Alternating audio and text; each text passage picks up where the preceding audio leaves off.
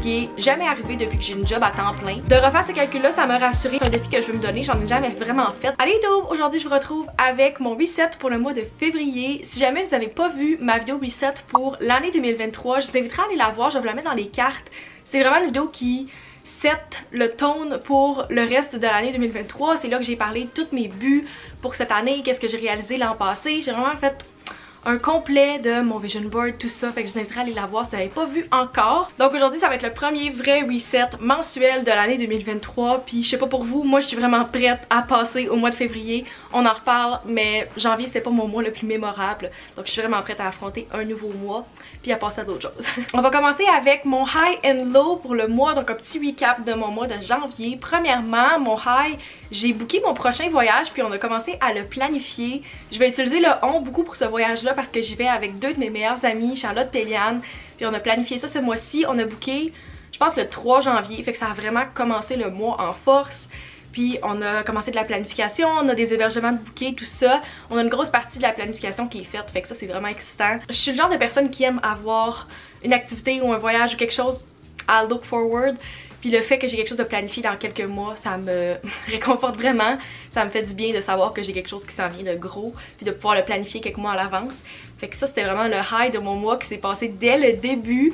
Par rapport à mon low, c'est vraiment général, mais je dirais que j'ai vraiment eu peu d'énergie et de motivation. Je sais même pas comment expliquer à quel point j'avais peu d'énergie et de motivation ce mois-ci. J'en ai parlé dans un vlog qui va sortir dans quelques jours, fait que si jamais vous voulez de deep talk par rapport à ça, ça va être dans ce vlog-là. Mais je sais pas qu'est-ce qui se passe, j'ai vraiment pas d'énergie. J'ai comme été un peu découragée par rapport à mon anémie aussi, parce que j'espérais vraiment que rendu au mois de janvier, j'allais être tellement en forme puis me sentir vraiment mieux par rapport à ça. Puis finalement, pas tant, fait que ouais, un petit peu de déception ici, de comme j'avais de l'espoir d'être bien en forme puis de commencer une nouvelle année en forme. J'ai jamais vraiment été une personne que le mois de janvier me décourageait tant que ça. Habituellement, je suis beaucoup plus déprimée limite en novembre, décembre qu'en janvier, mais je sais pas, cette année ça m'a touchée aussi, fait que si jamais vous filez comme ça, vous êtes vraiment pas tout seul, mais en gros, pas mal tout le mois, j'étais juste vraiment démotivée puis j'avais pas d'énergie, fait que j'espère vraiment que ça va revenir en février parce que ça va comme toucher tout le reste des sphères de ta vie quand t'as pas d'énergie puis que tu te sens pas à ton top, fait que ouais, c'est ça, ça a un peu touché tout mon mois de janvier. À ce point-ci de la vidéo, habituellement, je reviens sur mes buts du dernier mois qui vient de passer, mais j'ai pas cité de but pour le mois de janvier quand j'ai fait mon reset pour 2023. Donc on va revenir sur mes buts de décembre puis voir si j'ai accompli ça dans les 2 derniers mois. Premièrement, je voulais retrouver une routine équilibrée, donc du sommeil, de l'entraînement, de la vie sociale. Je dirais que 2 de ces 3 éléments sont cochés. Côté entraînement, je suis retournée au gym ce mois-ci, puis c'est là que j'ai comme le plus constant d'une routine d'entraînement depuis des mois. Côté vie sociale, on va reparler un petit peu tantôt côté budget, mais j'ai vraiment fait des efforts justement de voir plus de monde, de justement essayer de me sortir de cette phase-là de comme vraiment peu d'énergie, peu de motivation en voyant mes proches. Fait que ça, je pense que je l'ai bien réussi, mais c'est vraiment le côté sommeil, je sais pas qu'est-ce qui s'est passé. Ça a sûrement un lien aussi avec le fait que j'ai peu d'énergie. Même si je dors 7h30, 8h, 8h30 dans une nuit, je vais tout le temps me réveiller fatiguée, mais encore plus que d'habitude. Tu sais, je suis habituée, ça fait 2 ans que je fais de l'anémie puis que je suis complètement down, j'ai jamais d'énergie. Mais là, c'était encore plus présent ce mois-ci, puis je l'ai vraiment ressenti que je me levais, puis on dirait qu'un camion m'avait passé dessus. Fait que, ouais, c'était pas facile côté sommeil. J'espère vraiment que je vais être capable de remettre comme mon horaire de sommeil en place. Fait que 2 des 3 éléments ont été réussis ici, mais la partie sommeil fait que le reste de la routine est un petit peu moins équilibré. Puis mon deuxième gros but pour le mois de décembre, c'était de faire le vlogmas sur TikTok. Donc j'avais écrit un vlog par jour jusqu'à Noël, plus 10 vidéos sur YouTube, et j'ai coché ce but-là, vraiment fière de moi parce que le mois de décembre en général était un gros mois au travail, puis en plus je me suis rajouté cette charge-là dans mon travail à côté qui est les réseaux sociaux. Fait que j'ai réussi, j'ai fait vlogmas jusqu'au jour, si je me trompe pas, 19 ou 20.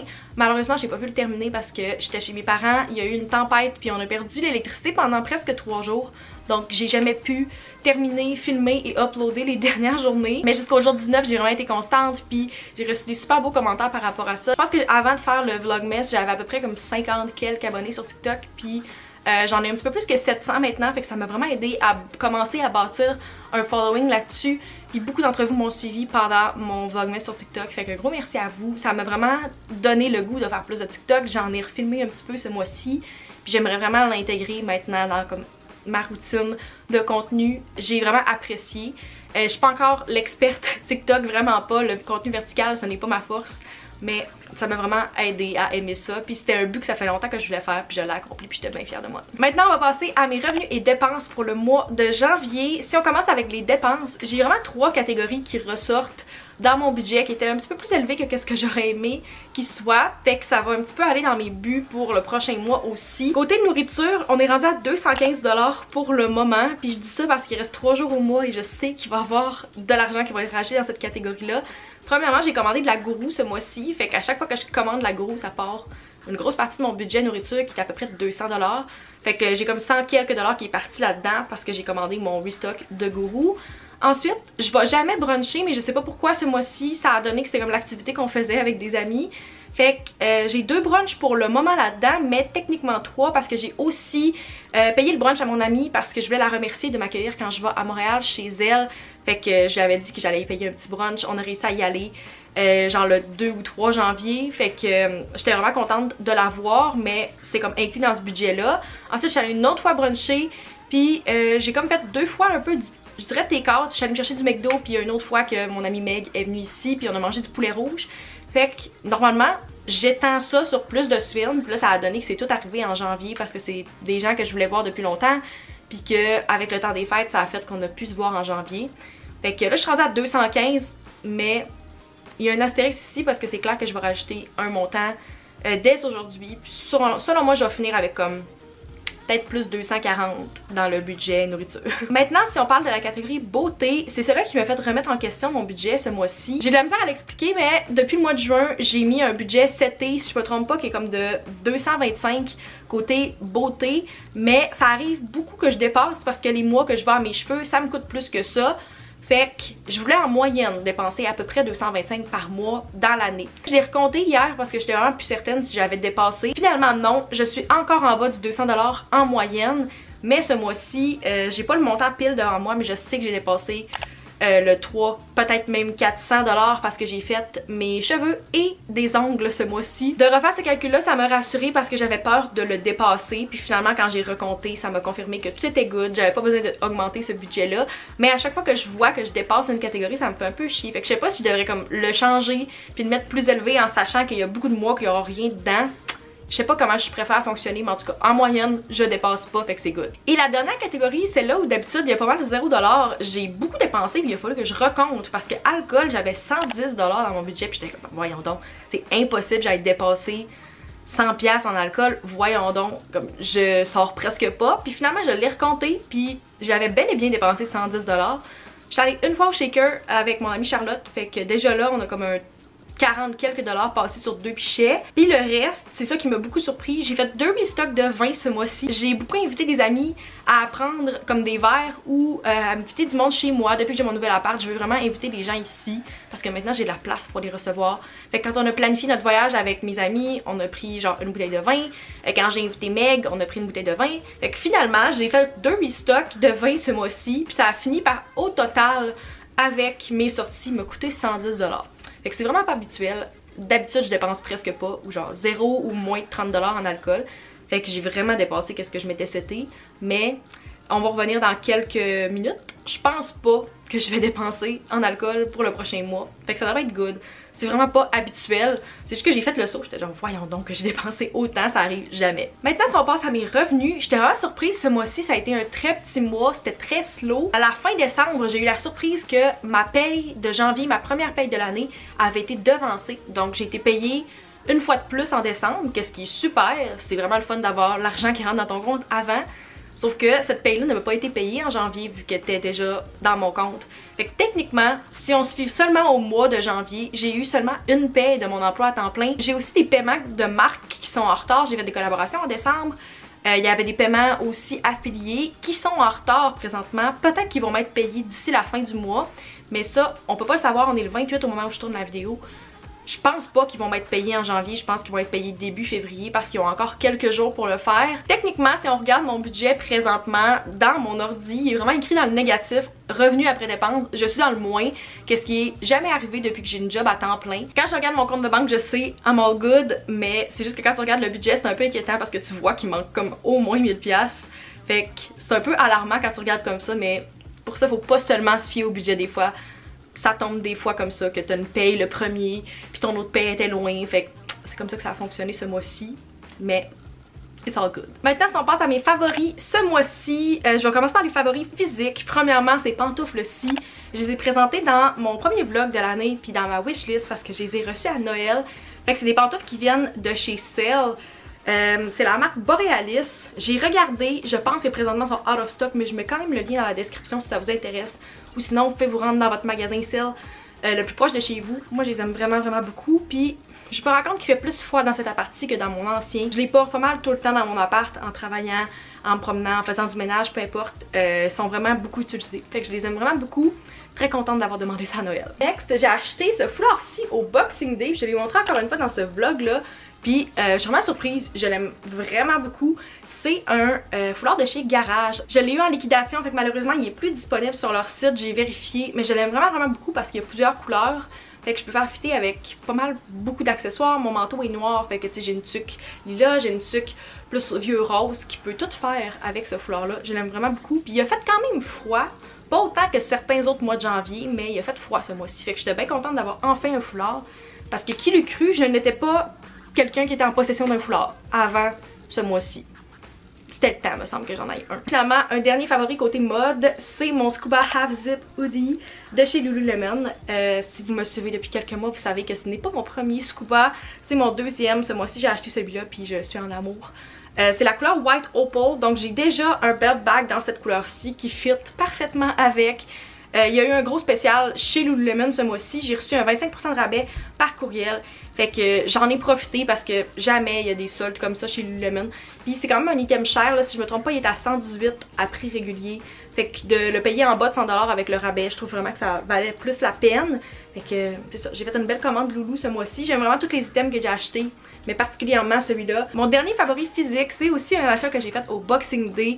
J'ai splurge ce mois-ci puis je me suis acheté la Nintendo Switch. Pas mal comme tout le monde, depuis le début de la pandémie, j'en voulais une puis il était out of stock partout, fait que j'avais jamais fait la dépense finalement.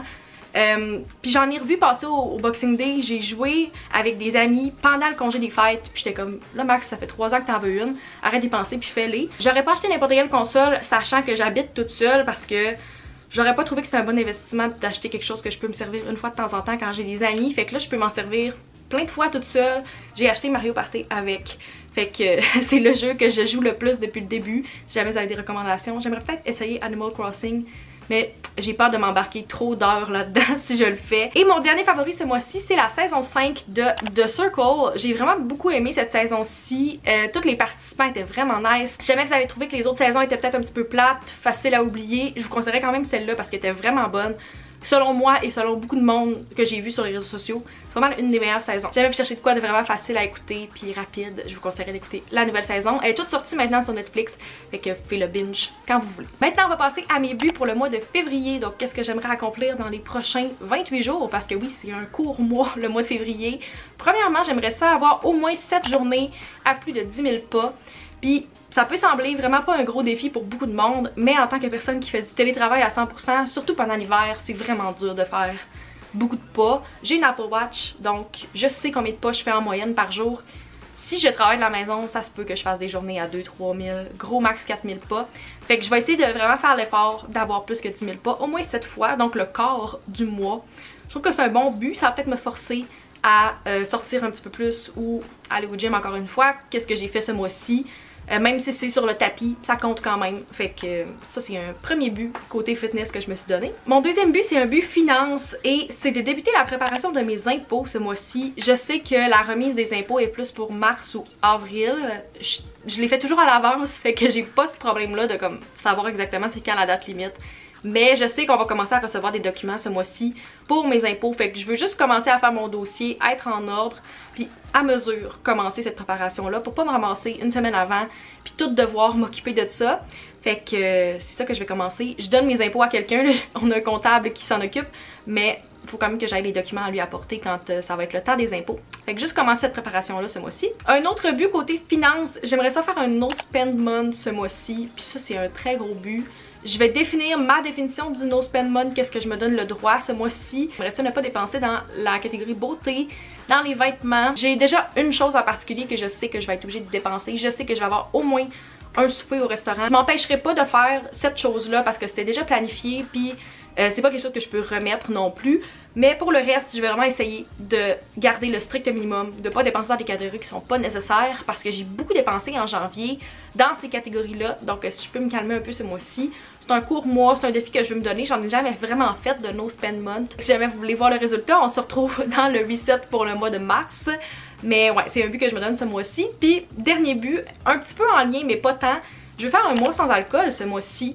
Je sais que février, c'est le mois typique, 28 jours sans alcool, en tout cas au Québec. Je pense qu'il y en a beaucoup qui font le Dry January aussi, que je n'ai pas fait. J'ai manqué le faire ce mois-ci, puis finalement j'ai juste oublié, puis j'ai pris une coupe de vin, fait que j'étais comme, ça va être un autre mois. Fait que moi sans alcool ce mois-ci, objectif, je donne pas ça parce que je trouve que je bois trop, vraiment pas. Mais c'est un petit défi que j'aimerais me donner. Peut-être si je veux tester des mocktails, tout ça. Ça serait une bonne idée. Fait que ouais, si jamais il y en a qui veulent le faire avec moi, vous me le dites dans les commentaires. Je sais que c'est quelque chose qui est assez populaire à chaque année. Puis les gens le font en février parce que c'est le mois le plus court. Fait que ouais, ça va un peu main dans la main parce que si je dépense pas dans l'alcool, je fais un peu un no spend month en même temps. C'est tout pour mon reset pour le mois de février. J'espère que vous avez apprécié. Si vous voulez savoir tout ce qui va se passer pour le prochain mois, est-ce que je vais réussir mon no spend month, est-ce que je vais réussir mon mois sans alcool, n'oubliez pas de vous abonner pour ne pas manquer les prochains vlogs qui vont être en ligne ce mois-ci, ainsi que le reset que je vais faire pour le début mars. C'est tout, on se retrouve dans une prochaine vidéo. Bye!